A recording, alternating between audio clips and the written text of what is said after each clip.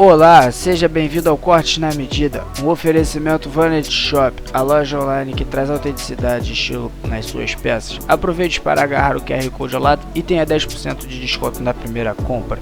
Dinheiro e fama, ela não tá feliz ou tá mal, tá deprimida. Não só youtubers, no mercado financeiro eu conheço um pessoal que tem a vida toda resolvida e o cara é triste. Eu atendo muita gente que é não só com muito dinheiro, mas também com muita fama e que deprimiu.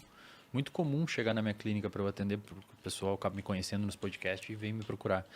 E o que a gente sabe hoje, tem uma pesquisadora chamada Nancy Adler, se não me engano ela é de Harvard. Ela fez uma série de trabalhos gigantescos sobre pessoas com...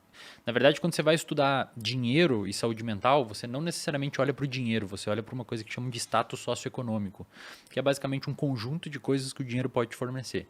O que a gente sabe hoje, status socioeconômico alto, você ter uma boa escola, você ter uma boa moradia, ter segurança, ter encanamento, etc. Isso é bom para a saúde mental, afinal de contas, se você viver num lugar perigoso, imprevisível, etc., violento, isso gera um estresse que pode predispor a algum quadro. Agora, o que a Adler mostrou é que se você se sente pobre, mesmo sendo rico, você pode ter os mesmos efeitos maléficos de ser pobre. Então, a comparação com o outro, se você tem 1 milhão no meio de pessoas com 100 milhões, você é rico, teoricamente.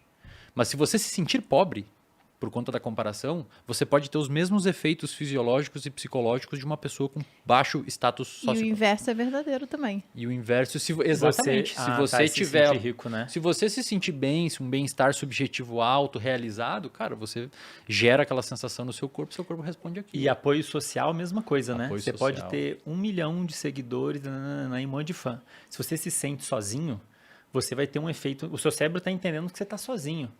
E muda a química do cérebro e é um estresse, né? É um estresse que se manter crônico, você pode cair num quadro desse de depressão. E aí, assim, agora tem muita coisa que é subjetiva, né? Por que a pessoa se sente sozinha tendo 1 milhão de fãs, sei lá? Depende muito como que ela vê a relação dela com outras pessoas, né? Pô, se eu precisar de ajuda, será que eu vou ter alguém para conversar de forma íntima? Às vezes a pessoa não tem, né? Apesar de ter um monte de fã. E tem isso, essa questão do propósito, ela... É uma faca de dois gumes, né? Por um lado, as pessoas também não podem se perder procurando um grande propósito, porque às vezes você não vai ter um grande propósito a vida inteira, né? Às vezes o seu grande propósito deveria ser simplesmente alcançar o equilíbrio. Uma vida equilibrada, tendo tudo que é o básico que a gente já falou aqui. Como é que você tem uma rotina legal, pessoas próximas, queridas, você faz exercício físico com alguma regularidade, está funcionando bem? Pô, isso aí é a base da saúde, né? E às vezes a pessoa ela entra e essa questão do dinheiro, ela tem um ponto importante que é um dos maiores motivadores. Eu tenho um conhecido que sempre comenta assim, que o dinheiro é o maior elogio... Como é que é? O elogio mais sincero. É o elogio mais sincero. E faz muito sentido. Todas as pesquisas que estudam motivação, elas usam dinheiro. A pessoa às vezes entra num loop, né? Ela está fazendo alguma coisa que dá dinheiro, aquilo é recompensador e ela, sem perceber, ela funila a vida dela para aquilo ali. Todo o resto perde um pouco o valor, aí na hora que você alcança lá o valor que você queria, e agora? O que eu vou fazer agora da minha vida? E ela nem percebeu que ela não cultivou relação com outras pessoas, que ela não cultivou uma vida relativamente saudável, como a gente acabou de falar. E aí, bom, isso aí pode predispor a pessoa a entrar nesse quadro, né? Apesar de ser famosa e rica, ela não está bem, não está funcionando bem. O dinheiro, do ponto de vista de saúde mental, ele não prediz boa saúde mental. Agora, a forma que você lida com o dinheiro, sim. É claro que você ter dinheiro te dá uma certa caixa de ferramentas para você ter um bom médico, ter um bom acompanhamento, etc. Inclusive do ponto de vista orgânico. Né? Ter a possibilidade de dizer não, trabalhar menos, dormir melhor, sei lá, fazer um monte de coisa. Agora, não significa que você ter dinheiro, você vai ter saúde mental em dia. Isso nem de longe é verdade. Se a gente for pegar...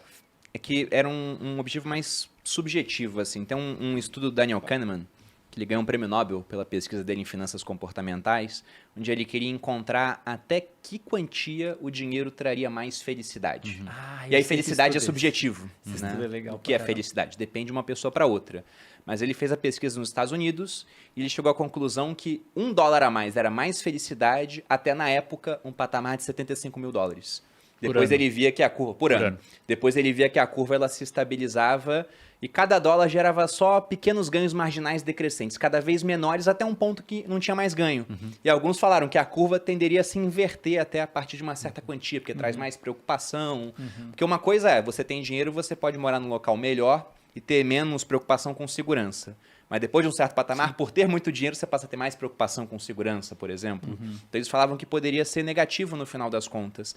Só que eu acho que no caso desse pessoal de internet que a gente citou, e eu citei isso porque eu me preocupo com a gente. Será que um dia a gente vai ser afetado por essa ferramenta que ajudou a moldar a nossa vida e levar para objetivos que a gente nem sabia que seriam possíveis? Esse pessoal tinha dinheiro, mas eu acho que é essa questão do comportamento de rede, de ter que lidar com muita gente ao mesmo tempo. Porque eu vejo, de vez em quando, aqueles cancelamentos, linchamentos virtuais, e eu fico pensando em como isso era impossível no passado. Não tinha como você, no passado, ser odiado por 5 mil pessoas ao mesmo tempo. Tipo o pessoal metendo pau em mim aqui no Exatamente, no não dava, chat. não Mas dava. eu tô tranquila, porque eu tenho a minha saúde mental. Você morava em dia, numa né, aldeia com 100 pessoas, então você ia ser odiado por umas 100 pessoas e acabar saindo de lá, porque tinha um risco físico nisso também. Agora não, na internet o risco físico é 0. Mas tem um risco mental de 5 mil pessoas estarem falando mal de você o dia inteiro, às vezes.